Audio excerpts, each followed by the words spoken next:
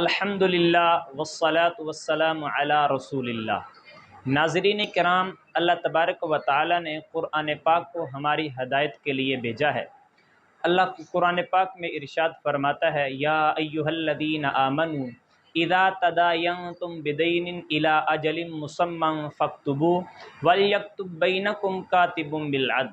اس کا ترجمہ یہ ہے کہ فرمایا کہ اے ایمان والو، جب تم ایک مقررہ مدت تک قرض کا لین دین کرو تو اس کو لکھ لیا کرو، اور فرمایا کہ جب تم میں کوئی لکھنے والا وہ عادل ہو، عدل کرنے والا ہو۔